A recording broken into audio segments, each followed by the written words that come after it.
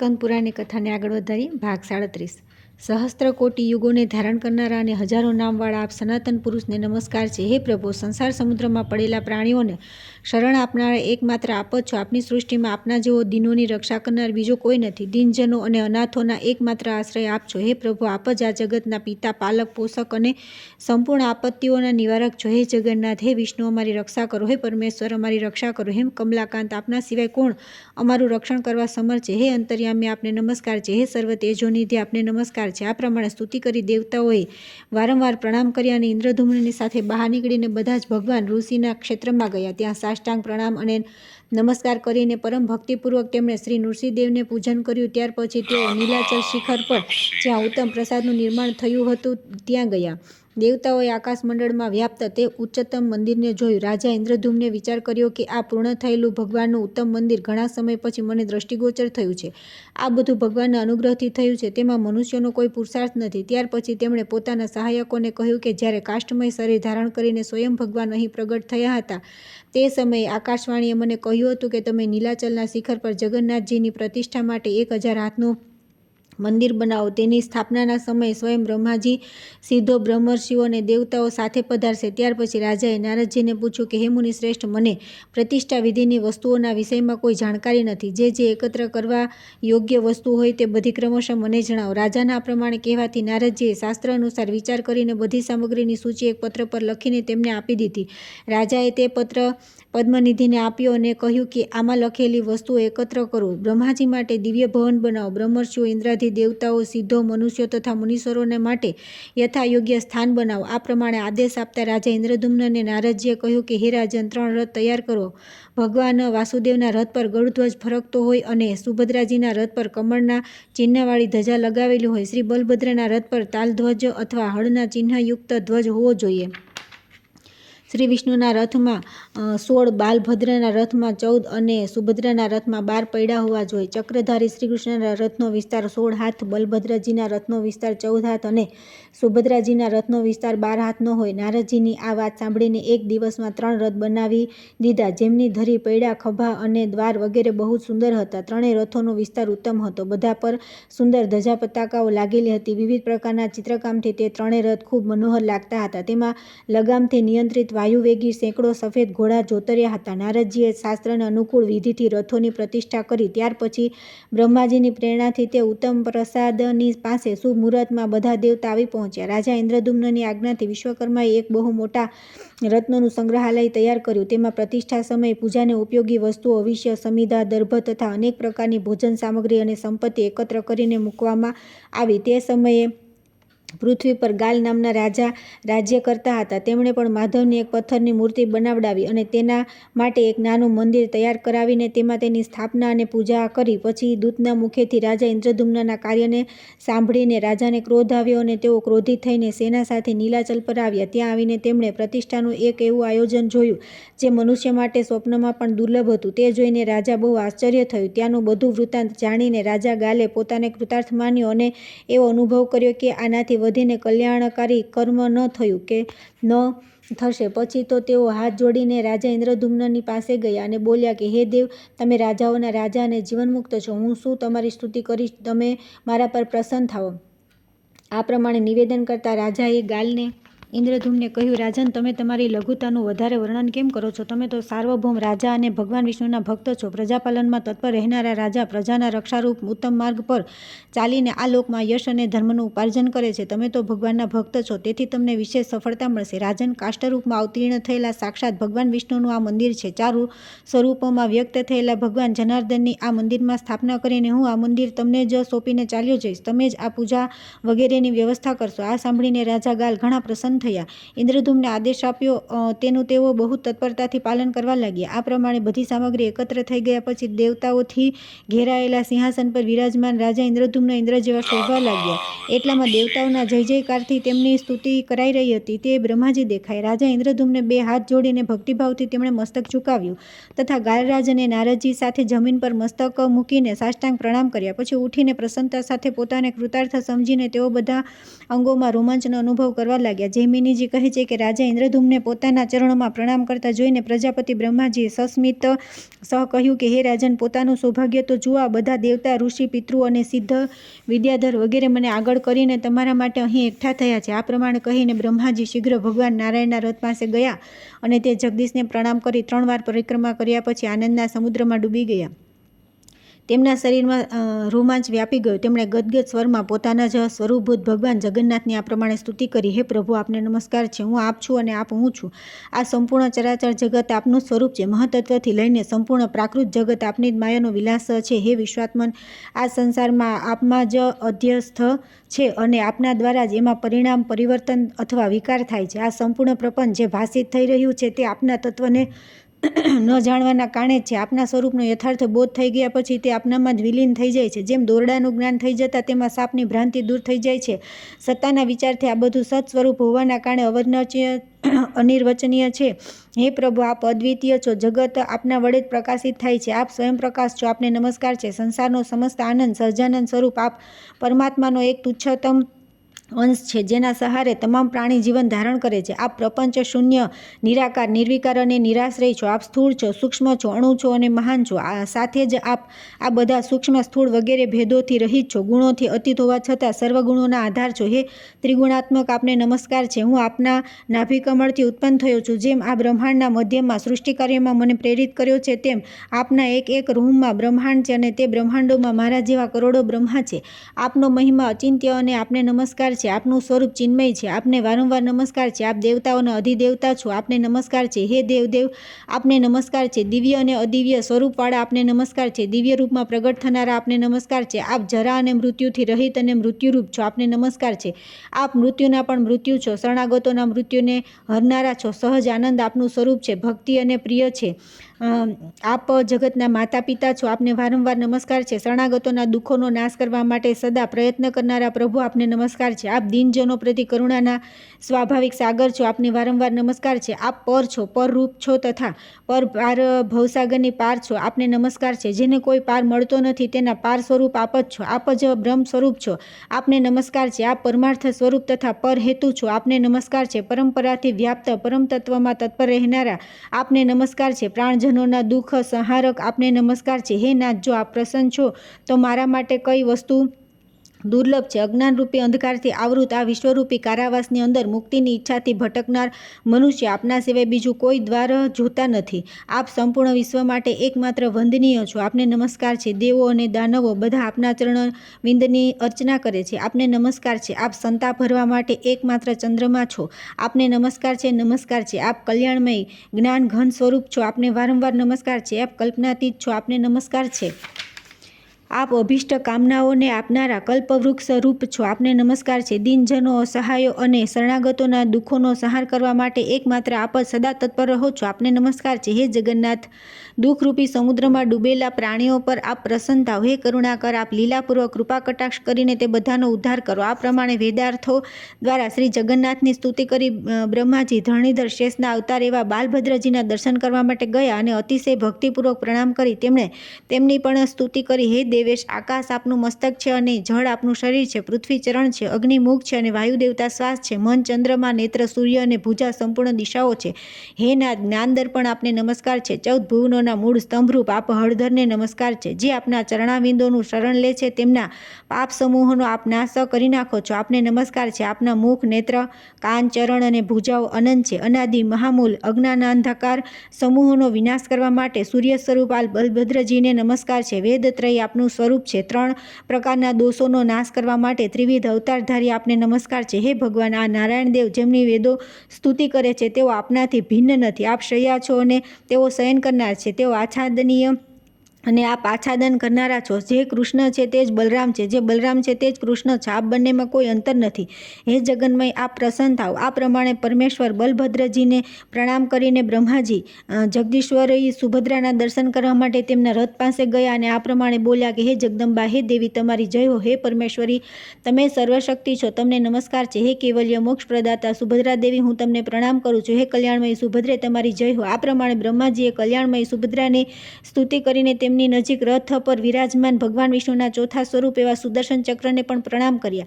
ત્યાર પછી બહુ જ ભક્તિપૂર્વક તેમની સ્તુતિ કરી. હે સુદર્શન, આપ મહા જ્વાળામય છો. આપની પ્રભા કરોડો સૂર્ય સમાન છે. જેઓ અજ્ઞાનરૂપી અંધકારથી અંધ થઈ રહ્યા છે તેમને વૈકુંઠનો માર્ગ દેખાડનાર આપ જ છો. આપ નિત્ય શોભાયુક્ત અને વૈષ્ણવોના પોતાના ધામ છો. આપ પણ વિષ્ણુ સ્વરૂપ છો. હું આપને પ્રણામ કરું છું. આ પ્રમાણે પ્રણામ અને સ્તુતિ કરીને બ્રહ્માજી દેવતાઓની સાથે મંદિર પાસે ગયા. ત્યાં તેમણે મનને પ્રસન્ન કરનારું સુંદર સંગ્રહાલય જોયું. ત્યાર પછી તેઓ રાજાએ આપેલા દિવ્ય સિંહાસન પર બેઠા. બ્રહ્માજીની આજ્ઞાથી રાજા ઇન્દ્રધૂમને શાંતિકર્મ કરવા માટે મહામુનિ ભારદ્વાજને નિયુક્ત કર્યા. પ્રતિષ્ઠા કાર્યમાં ભેટ પૂજા ચઢાવવા માટે દેવતા અભિષ્ટ માનવામાં આવ્યા છે તથા હોમ કર્મમાં જે દેવતાઓને આહુતિ આપવાનું વિધાન છે તે બધા બ્રહ્માજીની ચારે બાજુ આવીને સ્વયં ઉપસ્થિત થઈ ગયા. પછી ગંધ, પુષ્પ, માળા, અલંકાર અને આભૂષણ વગેરે દ્વારા તેમની સારી રીતે પૂજા કરી. ત્યાર પછી બુદ્ધિમાન ભરદ્વાજીએ દેવાધિદેવ બ્રહ્મા તથા સર્વ દેવતાઓ સમક્ષ કર્મનો આરંભ કર્યો. રાજા ઇન્દ્રધૂમને બહુ પ્રસન્નતા સાથે સૌની પૂજા કરી. ભગવાનના વિગ્રહ સ્વરૂપ તે મનોહર મંદિરની જેમાં અત્યંત મહાન ધજા ફરકી રહી હતી તેની પ્રતિષ્ઠા કરીને ભરદ્વાજીએ પ્રાણ પ્રતિષ્ઠા માટે બ્રહ્માજીને અનુરોધ કર્યો. ત્યારે બ્રહ્માજીએ નારદ વગેરે ઋષિઓ તથા બ્રાહ્મણોની સાથે સ્વસ્તિ વાચન કર્યું. બ્રાહ્મણો વેદ મંત્રોના પાઠ કરવા લાગ્યા. જુદા જુદા મંગલવાદ્યો વાગવા લાગ્યા.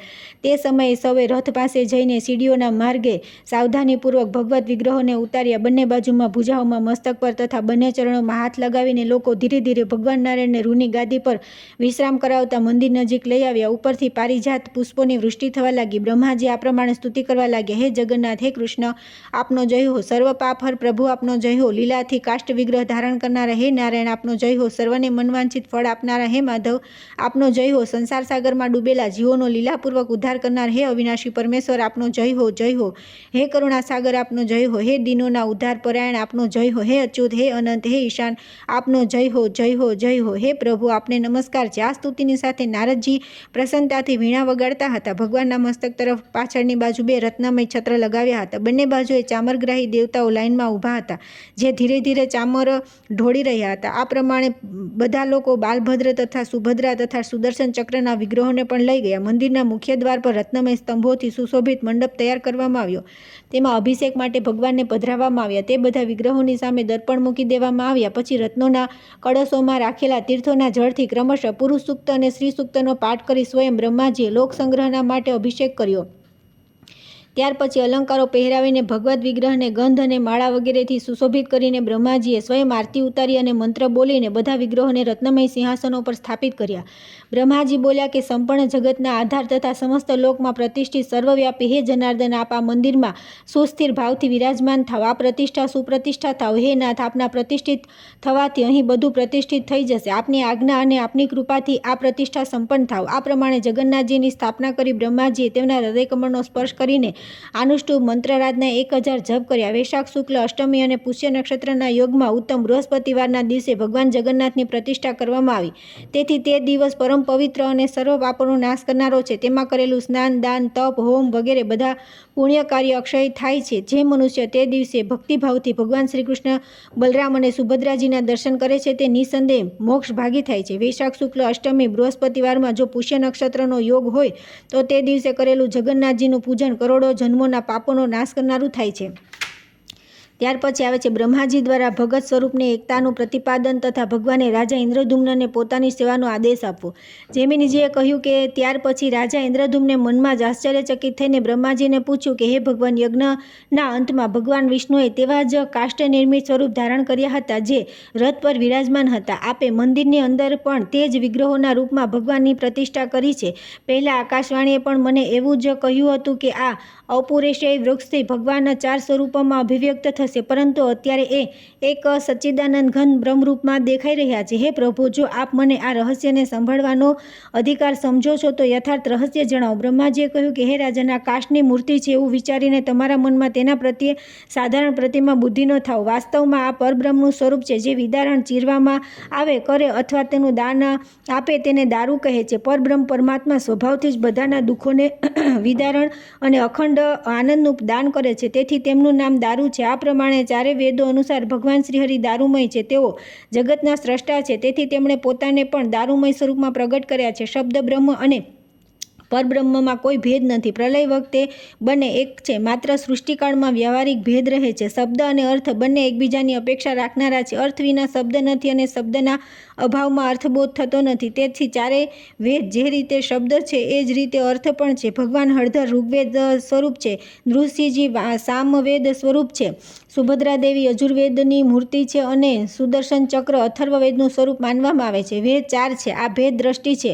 અભેદ દ્રષ્ટિએ સંપૂર્ણ વેદ એક જ છે. તેથી તમારા મનમાં શંકા ન થવી જોઈએ. એક જ સર્વવ્યાપી ભગવાન અનેક રૂપમાં વ્યક્ત થાય છે. અન્ય અવતારોમાં પણ તેઓ આ જ ન્યાયથી વર્તાવ કરે છે. હે રાજન, આ પ્રમાણે મેં તમને ભગવાન જગન્નાથજીના ભેદ અને અભેદ બતાવ્યા છે, જેથી તમારા મનને સંતોષ થાય. જે રીતે ભક્તિભાવથી ભગવાનની આરાધના કરો. ભગવાન સર્વ રૂપમય છે તથા સર્વ મંત્રમય છે. જેઓ જે પ્રમાણે તેમની આરાધના કરે છે તેને તેઓ તે જ પ્રમાણે ફળ આપે છે. આ જ મહિમાથી ભગવાન વિષ્ણુ અહીં પ્રગટ થાય છે. જેનો જેટલો વિશ્વાસ છે તેને તેટલી સિદ્ધિ મળશે. તમે શુદ્ધ ચિત્તે મન, વાણી અને ક્રિયા દ્વારા અહીં દારૂ વિગ્રહ ધારણ કરનારા ભગવાન ગોવિંદની આરાધના કરો અને આ મંત્રરાજ વડે શ્રીહરિની પૂજા કર્યા કરો. આ મંત્રથી ચઢ્યા તો ન કોઈ મંત્ર થયો ન થશે. આનાથી પૂજિત થવાથી ભગવાન વિષ્ણુ તત્કાળ પ્રસન્ન થાય છે તથા ભક્તવત્સલ ભગવાન પોતાનું પરમધામ આપે છે. હે રાજન, હું તમને એક તાત્વિક વાત કરું છું, ધ્યાનથી સાંભળો. સમુદ્ર તટે વટવૃક્ષના મૂળની પાસે નીલાચલ પર્વતના શિખર પર નિવાસ કરનારા જે કાષ્ટમય મૂર્તિ રૂપે સાક્ષાત અમૃતમય પરબ્રહ્મ છે, તેમના દર્શન કરીને મનુષ્ય મોક્ષને પ્રાપ્ત થાય છે. બ્રહ્માએ લોક શિક્ષા માટે રાજાને આ બધું કહીને પહેલા પ્રકાશમાં આવેલા ભગવાન વિષ્ણુના ચતુર્વિધ સ્વરૂપને પ્રગટ કર્યા. રથમાંથી ઉતરતી વખતે જે ચાર મૂર્તિઓ જોવામાં આવી હતી, હવે તે સિંહાસન પર વિરાજમાન થઈ ગઈ. આ બધા લોકોએ પ્રત્યક્ષ જોયું. ત્યાર પછી બ્રહ્માજીએ દ્વાદશાક્ષર મંત્રથી, બલભદ્રજીની પુરુષ સૂક્તથી, ભગવાન નારાયણની દેવી સૂક્તથી, સુભદ્રાજીની તથા દ્વાદશાક્ષર ઓમ નમો ભગવતે વાસુદેવાય મંત્રથી સુદર્શન ચક્રની પૂજા કરી. ત્યાર પછી રાજા પર અનુગ્રહ કરવા માટે તેમણે ભગવાનને આ પ્રમાણે પ્રાર્થના કરી. બ્રહ્માજી બોલ્યા કે હે ભગવાન, ભક્તો પર અનુગ્રહ કરનારા દેવ દેવેશ્વર ઇન્દ્રધૂમ્ન, ઘણા સમયથી આપની ભક્તિ છે અને હવે તેમને તમારા દર્શન થયા. હે ભગવાન, જો કે આપના દર્શન સાયુજ્ય મુક્તિનું કારણ છે, તો પણ એ ભક્તિયોગ દ્વારા જ આપની પૂજા કરવાની ઈચ્છા રાખે છે. તેથી તેમને આજ્ઞા આપો, જેથી એ ભક્તિયોગ દ્વારા દેશ કાળ અનુસાર વ્રત વગેરે તથા વિવિધ ઉપચારોથી આપની પૂજા કરતા રહે. બ્રહ્માજી દ્વારા આ પ્રમાણે નિવેદન કરવાથી કાષ્ટમય શરીર ધારણ કરેલું હોવા છતાં પણ ભગવાને ગંભીર વાણીમાં કહ્યું કે ઇન્દ્રધૂમ્ન, હું તમારી ભક્તિ તથા નિષ્કામ કર્મોથી બહુ પ્રસન્ન છું.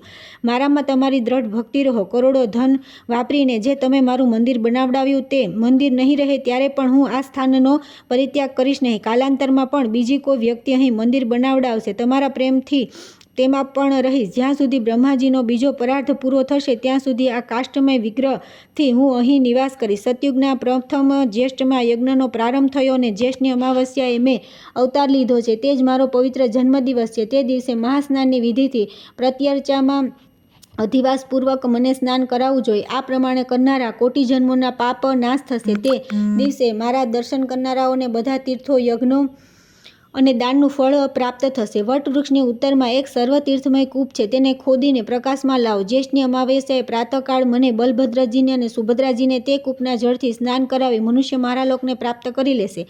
અષાઢ મહિનાની શુક્લ દ્વિતીયા જો પુષ્ય નક્ષત્ર યુક્ત હોય તો તે આ તીર્થમાં મોક્ષદાયી માનવામાં આવી છે. નક્ષત્ર ન મળે તો પણ મારી પ્રસન્નતા માટે તે તિથિએ યાત્રા કાઢવી જોઈએ. અષાઢ શુક્લ પક્ષની પુષ્ય નક્ષત્ર યુક્ત દ્વિતીયા તિથિએ મને બલભદ્રજી, સુભદ્રાજીને રથમાં બેસાડી મહાન ઉત્સવના માટે અનેક બ્રાહ્મણોને તૃપ્ત કરી ગુંડીચા મંડપ નામના સ્થાન પર લઈ જવા જોઈએ, જ્યાં હું પહેલા પ્રગટ થયો હતો. સહસ્ત્ર અશ્વમેઘ યજ્ઞની મહાવેદી તે સમયે ત્યાં હતી. એનાથી વધીને પવિત્ર સ્થાન આ પૃથ્વી પર બીજું નથી. જેમ બ્રહ્માના અનુરોધથી અને તમારા બનાવેલા મહામંદિરથી આ સમયે આ નીલાચલનું શિખર મારી અત્યંત પ્રસન્નતાનું કારણ બની રહ્યું છે, તે જ પ્રમાણે નૃષિ ક્ષેત્રમાં તમારા યજ્ઞની તે મહાવેદી તથા મારી ઉત્પત્તિનો તે મંડપ મને અતિ પ્રસન્નતા આપનારો છે. હું ઘણા સમય સુધી ત્યાં રહ્યો છું, તેથી તેના પર મને બહુ પ્રેમ છે. હું અહીં તમારી ભક્તિથી સદૈવ સ્થિત રહીશ. મારું ઉત્થાન, મારું શયન, મારું પડખું બદલવાનું, ભાદરવા શુક્લા એકાદશી મારા માર્ગ પ્રવરણા તથા પુષ્ય સ્નાનનો મહોત્સવ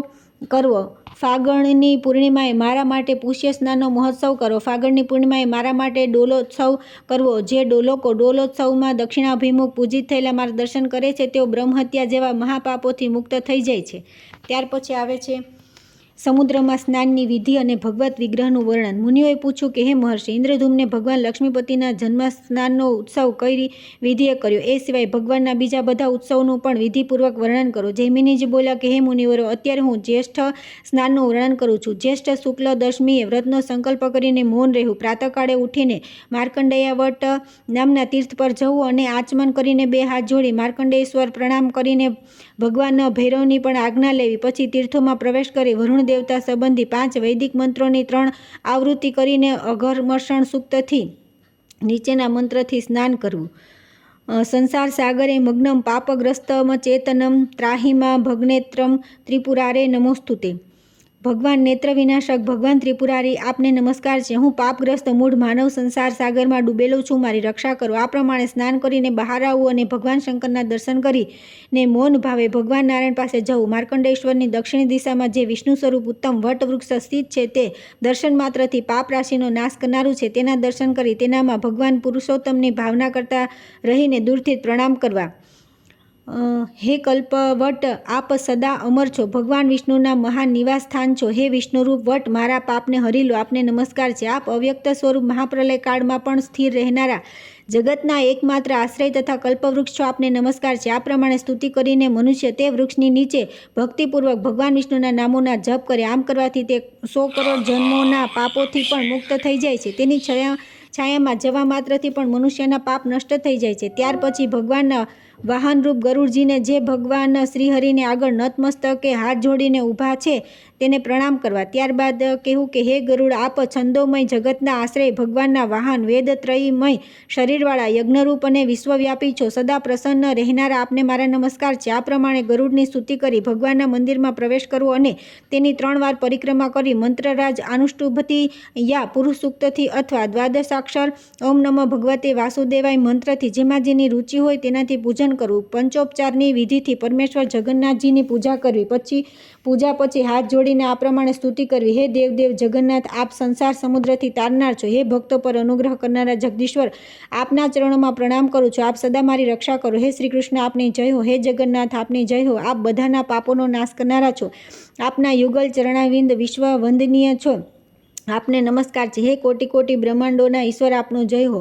વેદ આપના નિશ્વાસ વાયુ છે. હે સમસ્ત જગતના આધારભૂત પરમાત્મન, આપને નમસ્કાર છે. હે પ્રભુ, આપ શરણમાં આવેલા બ્રહ્મા, ઇન્દ્ર તથા રુદ્ર વગેરે દેવતાઓ અને પ્રણતજનોની પીડાને હરનારા છો, આપને નમસ્કાર છે. હે સમસ્ત સંસારના નિવાસ સ્થાન, આપનો જય હો. હે અંતર્યામીન, આપને નમસ્કાર છે. હે અકારણ કરુણાકર, હે દીનદયાળુ, આપનો જય હો. દિનજનો અને અનાથોના એકમાત્ર શરણ્ય વિશ્વાસાક્ષી પરમેશ્વર, આપને નમસ્કાર છે. હે દેવેશ્વર, જેમાં મોહરૂપી ભમરીઓ આવર્ત સર્જાય છે, જે અત્યંત દુસ્તર છે, ક્ષુધા, પીપાસા વગેરે છે, તરંગોના કારણે જેના બીજા કિનારે પહોંચવું અત્યંત મુશ્કેલ છે, કુકર્મરૂપી ગ્રાહોના કારણે જે અત્યંત ભયાનક દેખાય છે, જ્યાં કોઈ આશ્રય કે અવલંબન દેખાતું નથી, જે સર્વથા અસાર તથા દુઃખરૂપી ફીણથી યુક્ત છે, તે સંસાર સમુદ્રના જળમાં હું આપની માયાના ગુણોમાં બંધાઈને લાચાર સ્થિતિને પ્રાપ્ત થયો છું. મને આપની કૃપા કટાક્ષ દ્રષ્ટિથી જોઈને ત્યાંથી મારો ઉદ્ધાર કરો. હે સુરશ્રેષ્ઠ, આપ પોતાની પરમ પ્રસન્નતાના પ્રકાશક છો. હે જગન્નાથ, સંસારના ભયથી ભયભીત જીવોના સહાયક બંધુ આપ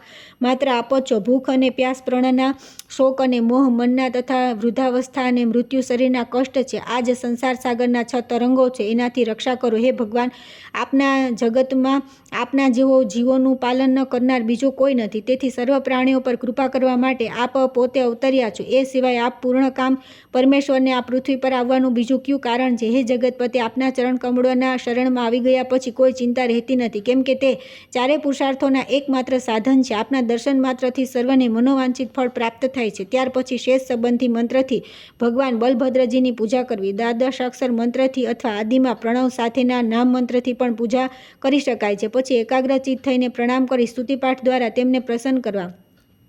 સદા સત્પુરુષોને સુખ આપનાર સચ્ચિદાનંદ સ્વરૂપ બલરામજી, આપની જય હો. આપની નિર્મળ આકૃતિ અવિદ્યારૂપી કીચડથી રહિત છે, આપને નમસ્કાર છે. સંપૂર્ણ જગતનો ભાર ધારણ કરીને પણ કદી ન થાકનારા બલભદ્ર, આપનો જય હો. આધ્યાત્મિક, અધિદૈવિક અને અધિભૌતિક 3 તાપોનો વિનાશ કરવા માટે આપ સદા પોતાના હાથમાં હળ રાખો છો.